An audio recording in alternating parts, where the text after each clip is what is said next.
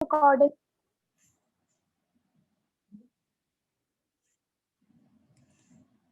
Okay, सब बच्चे लिखना ध्यान से। In a single day Raju the barber collects 500 from haircuts over this day. His equipment depreciates in value by 50. Of the remaining 450, Raju pays sales tax worth 30, takes home 200, retains 220 for improvement and buying of new equipment. He further pays 20 as income tax, and from his income, based on this information, complete Raju's contribution to the following measures of income. Raju का contribution हमें निकालना है किस किस में। Number 1, GDP में राजू का contribution कितना है, मतलब हमें इस क्वेश्चन को देखते हुए जीडीपी निकालना है। दूसरा, एनएनपी एमपी में इसका कंट्रीब्यूशन कितना है, मतलब इस क्वेश्चन को देखते हुए आपको एनएनपी एमपी निकालना है। और तीसरा, एनएनपी एफसी निकालना है। लेकिन साथ में क्वेश्चन में ही है, ये क्वेश्चन में एक अजम्पशन दी है कि आप ये मान के चलो कि इंटरमीडिएट कंजम्पशन क्या है इसका 0 है ना, और चेंज इन स्टॉक भी 0 है। अब पता है इससे इजी क्वेश्चन बच्चों कोई हो ही नहीं सकता। कैसे नहीं हो सकता? जब इंटरमीडिएट कंजम्पशन 0 है, बस तुम्हें पता लगाना है वैल्यू ऑफ आउटपुट कितना है। तो मुझे बता दो बच्चों यहाँ पे वैल्यू ऑफ आउटपुट कितना है। जब ये बाल काटता है सबके, तो एक दिन में हेयर कट करके कितने कमाता है? 500। तो ये 500 हो गया वैल्यू ऑफ आउटपुट। तो बेटा यहाँ पे ये मान के चलो आपका ग्रॉस वैल्यू एडेड कितना आ जाएगा? ये आ जाएगा 500। या फिर मैं अगर बोलूं यही आपका जीडीपी है, तो बेटा पहला आंसर तुम्हारा आ गया यहीं पे।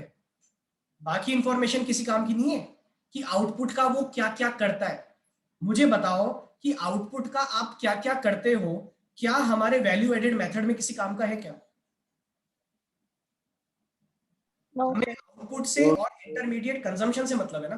तो आउटपुट तुम्हें पता लग गया है ना, लेकिन हाँ कुछ इंफॉर्मेशन है जो काम आएगी अभी देखना, है ना। तो हमें पता लग गया जीडीपी में कंट्रीब्यूशन कितना है इसका, 500 है। ठीक है, आगे पढ़ो। His equipment depreciates in value by 50। इसका मतलब सर क्या ये हमें डेप्रिसिएशन दिया है? हाँ बिल्कुल बेटा, डेप्रिसिएशन दिया है हमें। ये डेप्रिसिएशन है। डेप्रिसिएशन ऑब्वियसली अभी काम आने वाला है ना। बाकी के जो 450 हैं उसमें से सेल्स टैक्स 30 का है। बेटा दो टैक्स इस क्वेश्चन में दिए हैं, एक तो सेल्स टैक्स दिया है और एक नीचे आपको इनकम टैक्स दिया है। मुझे बताओ दोनों में से इनडायरेक्ट टैक्स कौन सा है? आंसर आना चाहिए फटाफट। Sales tax. Sales tax. Sales tax. क्या इनकम टैक्स इनडायरेक्ट टैक्स नहीं है? क्या इनकम टैक्स इनडायरेक्ट टैक्स नहीं है बच्चों? सर वो डायरेक्ट नहीं है। sir. Income tax direct tax होता है, ये मैं तीसरी बार तुम लोगों को बता रहा हूं। सेल्स टैक्स पहले चला करता था जिसको कन्वर्ट करके अब जीएसटी कर दी गया। ऑब्वियसली ये क्वेश्चन थोड़ा पुराना है लेकिन एनसीईआरटी बुक का है ना, तो उसमें चेंज होकर अगर ये एग्जाम में आया तो जीएसटी भी लिखा हुआ यहाँ पे आ सकता है। ठीक है, उसमें से जीएसटी पे कर देता है ये 30 रुपए का। तो बेटा सब्सिडी तो है नहीं हमारे पास, तो ये पता है क्या हो गया 30 रुपीज, ये हो गया बेटा आपका एनआईटी। ये 30 रुपीज हो गया हम लोगों का एनआईटी। ठीक है, इनकम टैक्स किसी काम का नहीं है। ठीक है, 220 रुपीज वो रिटेन करता है, ये भी किसी काम का नहीं है, क्योंकि इनकम टैक्स और रिटेन को हम कह सकते हैं अनडिस्ट्रीब्यूटेड प्रॉफिट, और 200 जो वो घर ले जाता है उसको भी हम यही बोल सकते हैं अनडिस्ट्रीब्यूटेड प्रॉफिट या डिविडेंड बोल सकते हैं उसको। ये इंफॉर्मेशन कौन से मेथड की है? इनकम मेथड की, जो यहाँ पे रेलेवेंट नहीं है फिलहाल। ठीक है, हमें इस क्वेश्चन को करना है वैल्यू एडेड मेथड से, है ना। और एक पार्ट हम कर चुके हैं, जीडीपी निकाल चुके हैं। बच्चों जब जीडीपी आपने निकाल दिया, क्या एनएनपी निकाल सकते हो? हाँ आराम से निकाल सकते हैं सर, चलो निकाल देते हैं। हम निकाल रहे हैं एनएनपी कौन सी कॉस्ट पे? एमपी पे। किसकी मदद से? जीडीपी एमपी की मदद से। अब बेटा मेरे को बताओ ग्रॉस से नेट के लिए क्या करना होगा? माइनस करना होगा माइनस 10। लेकिन अब तुम्हारे मन में सवाल आएगा सर यहाँ डीपी और एनपी भी तो है। बेटा यहाँ पे डीपी एनपी को कन्वर्ट नहीं करना है, रेलेवेंस नहीं है। क्यों नहीं है? क्योंकि नंबर 1 में पूरी इकोनॉमी की बात नहीं कर रहा हूं यहाँ पे, हम यहाँ पे एक बाबर की बात कर रहे हैं। पूरी इकोनॉमी की बात करते तो हम इसको कंसिडर करते net factor income from abroad या टू अब्रॉड, उसको कंसिडर हम तब करते। तो यहाँ पे एनपीडीपी को कंसिडर नहीं करना, ठीक है। तो इसके अलावा सिर्फ एक ही चीज बचती है, वो है ग्रॉस को नेट में कन्वर्ट करना, तो उसमें तो डेप्रिसिएशन माइनस होता है। तो बताओ जीडीपी कितना था 500, उसमें से डेप्रिसिएशन कितना लेस हो गया बच्चों, 50 का डेप्रिसिएशन दिया है, तो एनएनपी पता है कितना आ गया आप लोगों का, एनएनपी आ गया 450, और यही हमारा आंसर है। एनएनपी में कंट्रीब्यूशन कितना है 450। अच्छा, अब आगे आपसे पूछता है एनएनपीएफसी, या फिर इसको कह सकते हो कि नेशनल इनकम में कंट्रीब्यूशन कितना है। तो बताओ बेटा, एनएनपीएफसी निकाल सकते हैं, अभी अभी आपने निकाला है एनएनपीएमपी, उसमें से क्या करना होगा बताओ एनएनपीएफसी निकालने के लिए, माइनस एनआईटी करना होगा। तो माइनस एनआईटी कर दो साहब, तो यहाँ पे क्या आ जाएगा 450 में से एनआईटी कितना था, एनआईटी मतलब आपका इनडायरेक्ट टैक्स, वो था आपके 30, तो कितना आ गया ये आ गया 420। तो आंसर तीनों पता है क्या आ गए हमारे, 500, 450 एंड 420।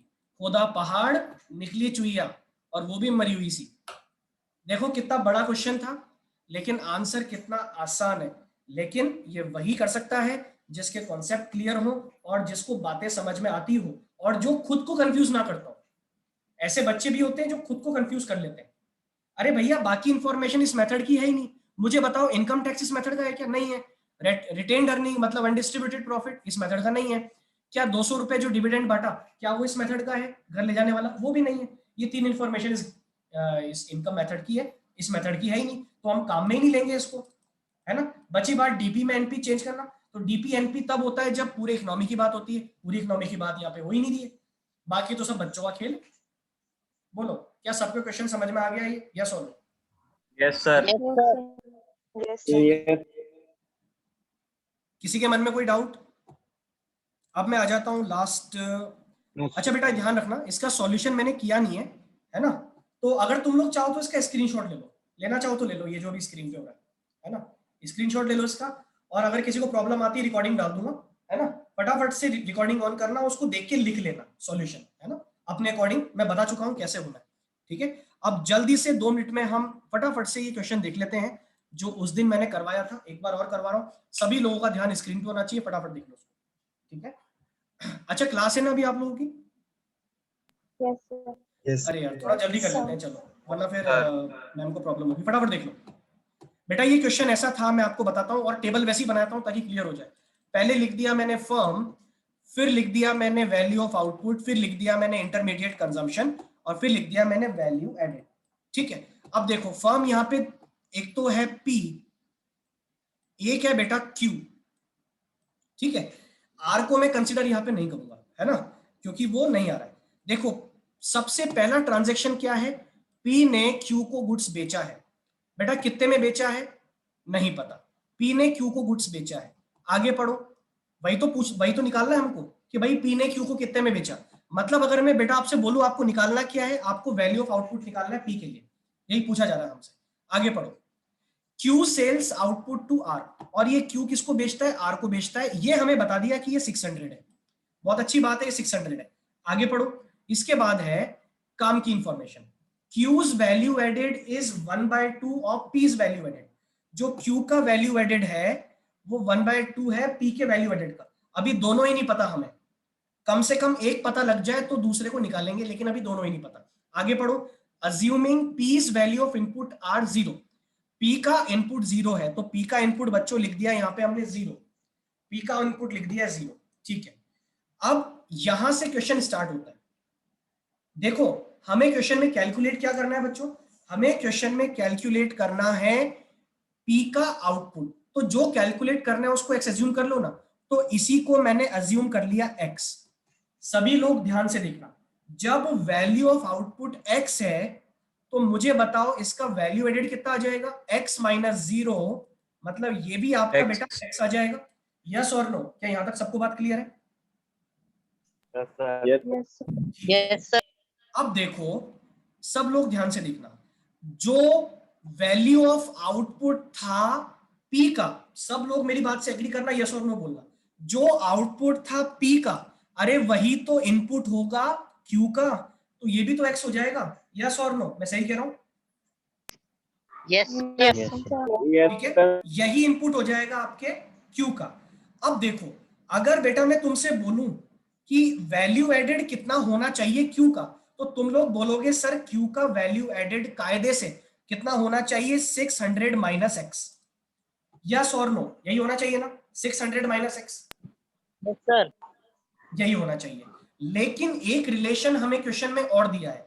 क्या दिया है कि जो वैल्यू एडेड भैया पी का है ना, पी का वैल्यू एडेड जो एक्स है उसका आधा होता है क्यू का। तो एक और रिलेशन हमें मिल गया कि इसका आधा होता है क्यू का, मतलब ये हो जाएगा x/2। तो बेटा इन दोनों को हम इक्वल नहीं रख सकते क्या, इन दोनों को इक्वल रख दो। वैल्यू एडेड आपका वैसे कितना है, 600 माइनस एक्स जो हमने निकाला, ठीक है। और दूसरा रिलेशन हमको बताया कि पी के वैल्यू एडेड का आधा होता है। अब इसको सॉल्व करके क्या x की वैल्यू नहीं निकाली जा सकती क्या, ये बताओ मेरे को। इसको सॉल्व करके तुम x की वैल्यू निकाल सकते हो ना, x को उठा के उधर ले Yes, जाओ, sir. ये हो जाएगा 600 equals to x/2 plus X. इसको सॉल्व करोगे तो ये आ जाएगा 3x/2 इक्वल्स टू 600। और बेटा जब x की वैल्यू यहाँ से निकालोगे तो ये आपकी आ जाएगी 400। ये थोड़ा इजियर वे है क्वेश्चन को समझने का। क्या सबको समझ में आया क्वेश्चन ये, यस और no? Yes, sir. Yes, sir. मैंने Yes, सॉल्यूशन sir. इसका भेजा हुआ है। Yes, sir. किसी को तकलीफ होती है तो फटाफट से सॉल्यूशन भी देख लेना, रिकॉर्डिंग भी देख लेना।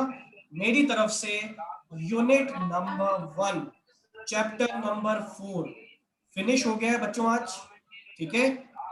10 नंबर आपके इंश्योर हो गए हैं। अब हम मिलेंगे कल यूनिट नंबर 2 के साथ, ठीक है बच्चों। चलिए आज के लिए इतना ही रखते हैं। इसके अपन फटाफट से बिना देरी किए मीटिंग ज्वाइन कर लेना इंग्लिश क्लास, ठीक है। हाँ सर बेटा बोलोगे MCQs नहीं करे क्या? बेटा। अब ये जो टाइप ऑफ क्वेश्चंस हैं ये टेस्ट में हम लेंगे, एक एक टाइप ऑफ क्वेश्चन को टेस्ट में लेंगे, उसकी प्रैक्टिस करेंगे। अभी हमने कंप्लीट किया है, प्रैक्टिस का काम अभी बाकी है, ठीक है। ओके सर इस चैप्टर का कब होगा? बेटा टेस्ट अब स्टार्ट कर देंगे, इसके 4 टेस्ट होंगे इसके, है ना। हम स्टार्ट कर देंगे इसी वीक के एंड से, है ना। प्रिपेयर्ड रहना, कल इंफॉर्मेशन मिल जाएगी तुम्हें, ठीक है। चलो बच्चों कल मिलते हैं, ओके।